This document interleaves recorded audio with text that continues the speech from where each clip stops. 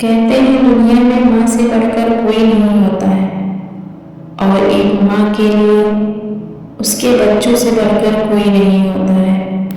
लेकिन कुछ बच्चे ऐसे भी होते हैं जो अपनी माँ को बुढ़ापे में उन्हें छोड़कर कहीं दूसरी जगह रहने लगते हैं और उनका ख्याल तक नहीं करते हैं।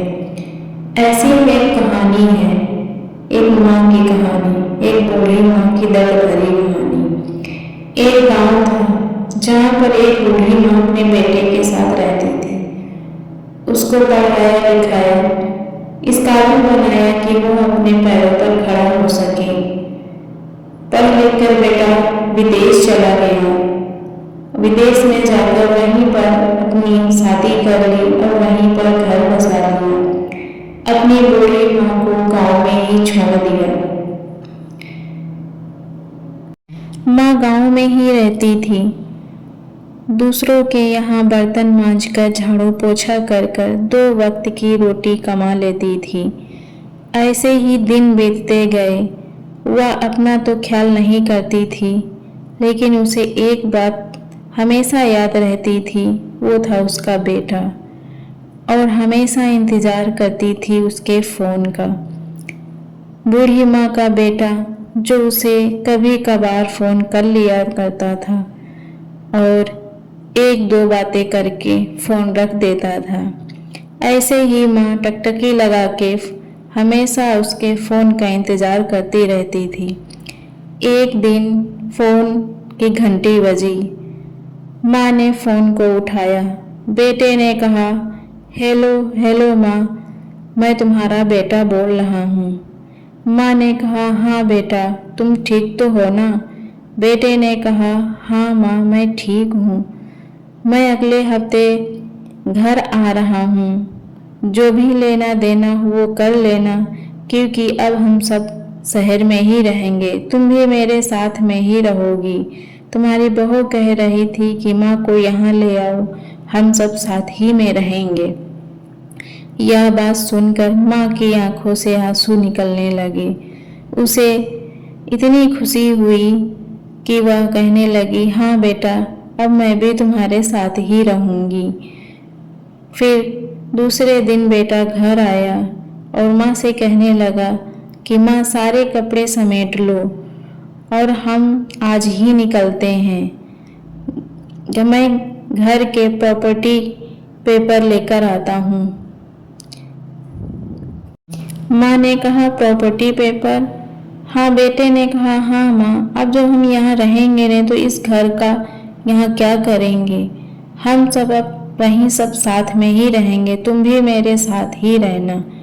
माँ भी मजबूर थी, बुढ़ापे में अब उसके हाथ पैर काम नहीं करते थे। वह भी तैयार हो गई चलने के लिए। बेटा माँ को लेकर एयरपोर्ट पर पहुंचा और माँ को एक सीट पर बिठाकर बोला, माँ तुम यहीं पर बैठो, मैं अभी आता हूँ।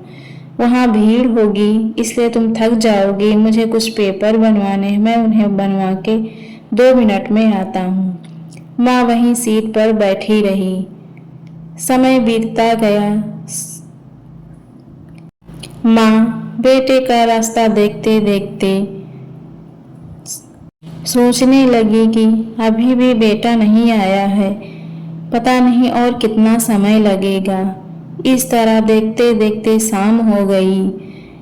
माँ को बैठा देखकर वहाँ पर ऑफिस में बैठा एक व्यक्ति देख रहा था। वह माँ के पास आया और बोला, माँ जी आप यहाँ क्यों बैठी हैं और किसका इंतज़ार कर रही हैं? माँ ने कहा, मेरा बेटा गया था कुछ पेपर बनवाने, मैं फ्लाइट से जा रही हूँ, मेरा बेटा भी साथ है। तो उसने पूछा, माँ आप कितने बजे जाएंगी? तो माँ ने समय बताया। तो उस ऑफिसर बाबू ने कहा कि वह तो फ्लाइट कब की चली गई है और अब जो आप बेटे का नाम बता रही हैं वो भी चला गया है। अब आप माँ जी घर चले जाइए, बहुत शाम हो गई है। यह सुनकर माँ के पैरों के तले जमीन खिसक गई और वह फूट फूट कर रोने लगी। फिर माँ उसी घर वापस आई जो अब उसका था ही नहीं। उस घर के मालिक ने माँ से कहा, माँ जी, आप यहीं रह जाइए, लेकिन अपनी पेंशन से घर का किराया देते रहिएगा। ऐसे ही समय बीतता गया। कुछ समय के बाद मकान मालिक ने कहा, माँ जी, आप किसी रिश्तेदार के यहाँ क्यों नहीं चली जाती? माँ ने कहा, मैं अगर कहीं चली गई तो मेरा बेटा आएगा। वह पूछेगा कि माँ कहाँ है, तो वो मुझे नहीं पाएगा तो वो परेशान हो जाएगा। इसलिए मैं कहीं नहीं जाऊंगी। मैं यहीं अपने बेटे का इंतज़ार करूंगी जब तक वो आ नहीं जाता।